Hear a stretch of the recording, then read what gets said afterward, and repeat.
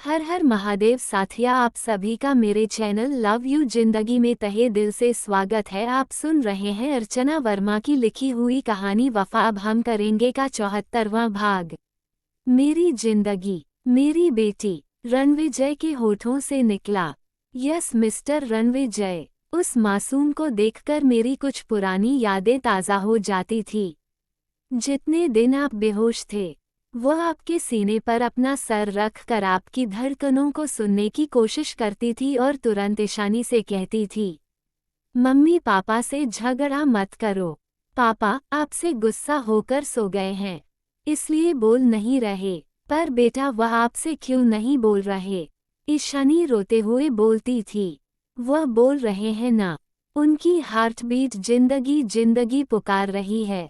आप भी सुनो। उसी जिंदगी की पुकार ने आपकी धड़कनों को किसी भी ऑपरेशन के दौरान रुकने नहीं दिया था, जो कि एक बहुत बड़ा वाइटल साइन था, एक उम्मीद और एक आशा थी। वरना ऑपरेशन के दौरान कई बार आपका दिल धड़कना बंद कर देता था। पर उस मासूम जिंदगी की आशा ने आपके धड़कनों को जिंदगी जिंदगी पुकारना सिखा दिया था, डॉक्टर ने बताया। डॉक्टर की बातें रणविजय के होठों पर मुस्कुराहट और आंखों में नमी ला रही थी। बहुत मुश्किल से वह अपने आप को कंट्रोल कर पा रहा था। एक बेचैनी, एक दर्द, एक तकलीफ वह अपने दिल में महसूस कर रहा था। ये तड़प उस तरफ से कुछ अलग और बहुत ज्यादा थी जो आज तक वह 12 साल में महसूस कर रहा था। फिर उसके बाद क्या हुआ था डॉक्टर? रणविजय ने पूछा। उद्धरण चिन्ह dot dot dot dot dot. मैंने तुरंत गाड़ी अपने हॉस्पिटल की तरफ मोड़ दी। यह मेरा प्राइवेट हॉस्पिटल था, जहां पर मैं अलग से मरीजों को देखता था। मैंने तुरंत अपने सारे स्टाफ को बुलाया और आपका इलाज शुरू कर दिया। आपको बहुत बुरी तरह से मारा पीटा गया था। आपके शरीर के कई हिस्सों में फ्रैक्चर था। उन लोगों ने शायद आपको मुर्दा समझकर ही रोड के किनारे फेंका था। जैसा कि मैंने आपको बताया, आपकी किस्मत अच्छी थी या फिर ईशानी के प्यार में इतनी ताकत थी, या फिर उस मासूम जिंदगी की प्रार्थनाओं में, जो इतनी बुरी हालत में भी आपकी सांसें अभी चल रही थी। हॉकी स्टिक जैसी कोई मजबूत चीज से आपके सर के पिछले हिस्से पर वार किया गया था। इस कारण आपके सर से काफी खून बह चुका था। आपकी सिचुएशन को कंट्रोल में लाने के लिए मुझे मेरे सारे साथियों के साथ करीब 3 दिन लगे थे। 3 दिन के बाद जब मैंने ईशानी से इस घटना का पुलिस में कंप्लेंट करने के लिए कहा, तो उसने कहा कि हम किसके खिलाफ कंप्लेंट करें? जिन लोगों ने ये सारा कुछ किया धरा है, वो खुद हमारे खिलाफ पुलिस की कंप्लेंट करके हमें पुलिस और जांच एजेंसियों के साथ कुत्तों की तरह ढूंढ रहे हैं। आप शायद नहीं जानते, ये रॉयल्स राजपूताना के एमडी के बेटे रणविजय सिंह रानावत है, जिनके बारे में इस समय हर टीवी चैनल पर चल रहा है। ईशानी की बात सही थी। मैंने पता लगाया कि आप इंडिया के top most businessman mister Randhir Singh Ranaut के इकलौते बेटे हैं और पुलिस के साथ साथ कई जांच एजेंसी आपको ढूंढ रही थी। पर आप अपने परिवार वालों से तो कांटेक्ट कर सकती हैं ना? मैंने ईशानी से कहा। मैंने अपना परिवार तो उसी दिन छोड़ दिया था जिस दिन मैंने रणविजय से शादी की थी, और रणविजय के परिवार ने हमें कभी भी एक्सेप्ट नहीं किया। अब तो बस यही हमारा परिवार है, मैं, रणविजय और मेरी बेटी। ईशानी ने मुझे बताया कि आप लोगों ने लव मैरिज की थी और आपके डैडी ने आपके सामने शर्त रखी थी, ईशानी से शादी या फिर रॉयल्स राजपूताना। आपने ईशानी को चुना। जिस चीज को आपकी फैमिली ने एक्सेप्ट नहीं किया, उसमें जो आप लोगों के डाइवोर्स का केस चल रहा था, वह भी आपकी फैमिली मेंबर्स में से किसी एक की फैलाई हुई गलतफहमियों का ही नतीजा था। उन लोगों ने आप दोनों के बीच में गलतफहमी पैदा करने की कोशिश की थी, और जब वह इसमें कामयाब नहीं हो सके, तो उन लोगों ने अंत में ये रास्ता अपनाया। ईशानी जिस दिन अपने वकील से मिलने गई थी, उसी दिन उसे सारी सच्चाई पता लगी थी और वह आपको खुश खोजती दौड़ती हुई जब वापस घर की तरफ आ रही थी, तब उसने आपको रोड पर देखा था। मुझे इन सब चीजों का कुछ याद हो रहा है। पर ईशानी कहाँ गई? कुछ तो आपको पता होगा, आइडिया होगा। मैं अपने परिवार के पास कैसे गया? इस बारे में आप कुछ बता सके? इन सब चीजों के बारे में मुझे कुछ भी नहीं याद आ रहा। रणविजय ने पूछा। ईशानी को आपके पूरे परिवार में केवल आपके पापा पर भरोसा था, इसलिए ईशानी के कहे अनुसार मैंने आपके मेरे पास होने की खबर बिल्कुल दबा दी थी। किसी को पता नहीं था कि बेड पर लेटा हुआ पेशेंट कौन है। वैसे भी यह मेरा निजी क्लिनिक था। यहाँ से बात बाहर जाना इतना आसान नहीं था। मैंने आपके पापा के बारे में पता लगाना चाहा तो वह आउट ऑफ कंट्री थे। दूसरा एक भरोसे का नाम उसने नव्या का बताया था और साथ में ये भी कहा था कि नव्या के अलावा मैं किसी भी फीमेल फैमिली मेंबर पर भरोसा ना करूं। यानी कि मुझे आपकी जानकारी इन्हीं दोनों लोगों को देनी थी। ये दोनों लोग उस समय इंडिया में नहीं थे। आपके साथ हुई दुर्घटना के करीब 10 दिन के बाद आपके पापा के इंडिया आने की खबर मिली थी। इस बीच आपकी और ईशानी दोनों की सर्जरी हो चुकी थी। डॉक्टर ने कहा। वह अभी आगे बोल ही रहे थे कि रणविजय ने उन्हें बीच में ही रोक दिया। एक मिनट डॉक्टर, क्या ईशानी को भी चोट लगी थी? उसकी किस चीज की सर्जरी हुई थी? रणविजय ने दर्द में तड़पते हुए पूछा। नहीं मिस्टर रणविजय, ईशानी को कुछ छोटी मोटी चोटें लगी थी, जिसकी मरहमती तो उसी समय हो गई थी।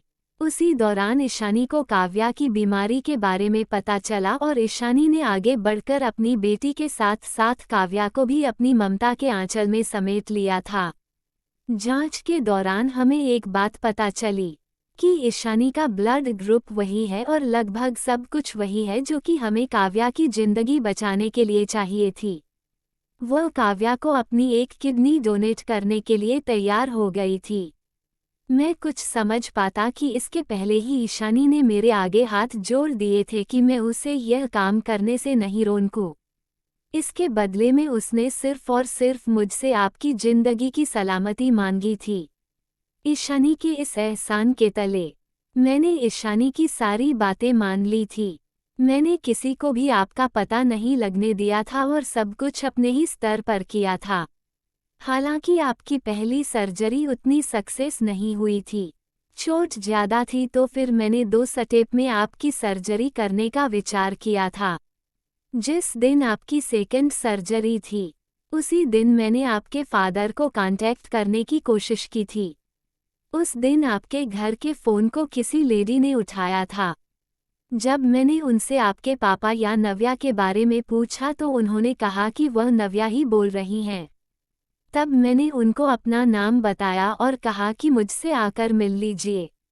मैं आपको रणविजय के बारे में कुछ बताना चाहता हूँ। उसके बाद मैं आपकी सर्जरी के लिए चला गया। मैंने सर्जरी के पहले आपसे कहा भी था कि अब आपसे मिलने नव्या आ रही हैं। तो आपने नव्या नाम दोहराया था। इसके अलावा आप जब भी आंखें खोलते थे तो ईशानी और शिवी को देखते थे। उनका नाम आपको याद था। बाकी सब कुछ मेमोरी आपके दिमाग से उस वक्त शॉर्ट टर्म के लिए गायब हो गई थी। कुछ चोटों का असर था और कुछ बहुत ज्यादा खून के बह जाने का। और शायद यही कारण था कि मुझे नव्या नाम सुना सुना लगता था। रणविजय ने अपनी आंखें बंद करते हुए कहा। हाँ, लेकिन वह लड़की नव्या नहीं थी, वह कोई और थी जिसने फोन उठाया था, डॉक्टर ने तेजी से बताया। पर आप इतने कॉन्फिडेंस के साथ क्यों कैसे कैसे कर सकते हैं? डॉक्टर रणविजय ने पूछा। मैं बताता हूँ आपको। बाद में हमें पता चला कि नव्या तो उस वक्त घर पर मौजूद थी ही नहीं। वह तो अपने हस्बैंड के साथ आपके ही कहने पर ऑस्ट्रेलिया गई थी। इतना ही फ्रॉड नहीं था। आपको ये जानकर हैरानी होगी कि नव्या या आपके पापा के आने से पहले आपके घर से ही भेजे हुए कुछ गुंडे मेरे उस हॉस्पिटल में पहुंच गए जहां कि मैं ड्यूटी करता था। उन्होंने पूरे हॉस्पिटल में तोड़फोड़ मचाई और मुझे मारने के लिए ढूंढ रहे थे। संयोग से उस वक्त मैं अपने घर पर था। ईशानी को जब इस बात का पता चला तो वह घबरा गई थी। अगर वह वहां तक पहुंच सकते थे तो मेरे घर का पता लगाकर मेरे घर या निजी क्लिनिक तक पहुंचना कौन सी बड़ी बात थी। आपकी सुरक्षा सबसे पहले थी।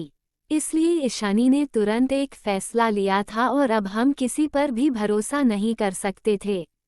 कैसा फैसला डॉक्टर? शिवम ने पूछा, जबकि रणविजय पूरी तरह से एकाग्रचित होकर डॉक्टर की बात सुन रहा था। मिस्टर रणविजय को कहीं और शिफ्ट करने का और ईशानी का ऐसा फैसला बिल्कुल गलत नहीं था। सिचुएशन बहुत गंभीर हो गई थी। आपको ढूंढते ढूंढते वह लोग मेरे घर तक आ चुके थे। आपके वहां ना मिलने पर वह मेरे हॉस्पिटल की तरफ आ रहे थे। डॉक्टर ने कहा, पर ये तो डेड के आदमी भी हो सकते थे ना, जो कि मुझे ढूंढ रहे हो। रणविजय ने कहा, नहीं मिस्टर रणविजय, मैं आपके डैड से मिल चुका हूँ। ही इज़ नाइस पर्सन और जो लोग आपको ढूंढ रहे थे उन्हें आपके बारे में पता लगाना चाहिए था ना। ये लोग आपका पता पूछते पूछते हिंसक होते जा रहे थे। स्टाफ के साथ मारपीट, तोड़फोड़ मचाना। भला ऐसा करके आपके फादर या उनके आदमियों को क्या मिलता? यह आपके फादर के आदमी नहीं थे, पर जो भी थे उनका आपके फैमिली मेंबर्स की एक्टिविटी पर पूरी नज़र थी। आपके फादर के पहुंचने से पहले ही ये लोग पहुंच जा रहे थे। जिस रात सेकेंड सर्जरी के बाद आपको होश आया था, उस रात ईशानी लास्ट टाइम आपसे मिलने आई थी। मैं वहीं दरवाजे के पास खड़ा था। मुझे अच्छी तरह से याद है कि आपने अर्ध बेहोशी की हालत में ही ईशानी का हाथ पकड़ लिया था। ईशानी ने आपसे कहा था, हम दोनों एक साथ रहकर जी नहीं सकते, पर हम दोनों के अलग रहने से शायद तुम और तुम्हारी जिंदगी बच जाए। इसलिए अब हम लोगों का अलग होना ही बेहतर होगा। ईशानी प्लीज अलग होने की जिद छोड़ दो। मुझे छोड़कर मत जाओ। आप धीरे धीरे कोशिश करके बोल रहे थे। रणविजय, मैं तुम्हें भी जिंदा देखना चाहती हूँ और तुम्हारी जिंदगी को भी। मैं जानती हूँ कि तुम मुझे बहुत प्यार करते हो, पर तुम अपनी जिंदगी को भी बहुत प्यार करते हो और मैं तुम दोनों को प्यार करती हूँ। इसलिए मुझे जाना ही होगा रणविजय। पर तुम जब ठीक हो जाना, तो सबसे पहले अपनी जिंदगी को ढूंढ लेना। तुम्हारी जिंदगी कहीं भी रहे, सुरक्षित रहेगी। यह मेरा वादा है तुमसे। ईशानी ने रणविजय का माथा चूम लिया। रणविजय की आंखें बंद हो रही थी। सर्जरी के बाद इंजेक्शन और दवाइयों का उस पर अभी असर था और लगभग ऐसा काफी टाइम तक रहने वाला था, पर उसने ईशानी का हाथ पकड़ रखा था। धीरे से ईशानी ने अपना हाथ रणविजय के पास से हटाना चाहा, पर नींद में भी रणविजय ईशानी का हाथ छोड़ने के लिए तैयार नहीं था। मुझे जाने दो रणविजय। ईशानी की आंख चुप होने का नाम नहीं ले रही थी। मासूम सी शिवी को वह अपने कंधे से लगाए हुए वो बेआवाज रो रही थी। रात के करीब 11 बज रहे थे और शिवी सोई हुई थी। प्लीज ईशानी, मुझे छोड़कर मत जाओ। मैं तुम्हारे बिना जिंदा नहीं रह सकूंगा। रणविजय का बोलना तब तक जारी था जब तक कि वह पूरी तरह से नींद के आगोश में नहीं चला गया। बताते हुए डॉक्टर सिद्धांत की भी आंखें भीग गई थी। मैंने आपको पहले भी बताया कि मेरी मैरिज लाइफ में भी प्यार नहीं था। अगर आप अपने आसपास नज़र भी डालते हैं तो बहुत कम ऐसे जोड़े मिलेंगे जिनके बीच में प्यार होता है। इतना गहरा प्यार तो आज तक मैंने नहीं देखा। जहां आपने ईशानी के लिए अपना घर परिवार अरबों खरबों की दौलत ठुकराई थी, वही ईशानी ने आपकी जिंदगी बचाने के लिए अपनी जिंदगी ही दांव पर लगा दी थी। हम भी पति पत्नी थे। मैं भी अपनी पत्नी से बहुत प्यार करता था, लेकिन उधर से हमेशा ही ठंडा रिस्पॉन्स आता था। हम 8 साल तक एक ही छत के नीचे एक कमरे में थे, पर फिर भी ये प्यार हमारे बीच में नहीं था। आप बहुत लकी हैं मिस्टर रणविजय, जो आपको ऐसा प्यार करने वाली मिली थी। डॉक्टर ने अपनी आंखों को पोंछते हुए कहा। मैं जानता हूँ डॉक्टर, मेरा दिल कभी नींद में भी इस बात को मानने के लिए तैयार नहीं होता था कि ईशानी मुझे छोड़कर जा रही है, पर यह सब कुछ बहुत हद तक मेरे दिमाग में कहीं कैद होकर रह गया था और आज मुझे अपने उस सवाल का भी जवाब मिल गया कि आखिर में मैं क्यों चिल्लाता था कि ईशानी प्लीज मुझे छोड़कर मत जाओ। मेरा दिल चीख चीख कर कहता था मेरी ईशानी कभी भी गलत हो ही नहीं सकती थी। वो मुझे उस हालत में छोड़कर नहीं जा सकती थी। ना मैं बेवफा था ना ईशानी बेवफा थी, बस हालातों ने हमारे साथ बेवफाई की थी। रणविजय ने कहा। माहौल इतना गमगीन बन गया था कि सबकी आंखों में नमी आ चुकी थी। सब चुपचाप अपने आप को कंट्रोल करने की कोशिश में लगे थे। इसलिए कुछ मिनटों तक तो बिल्कुल बीच में शांति थी। लेकिन ईशानी आंटी कहाँ जा रही थी?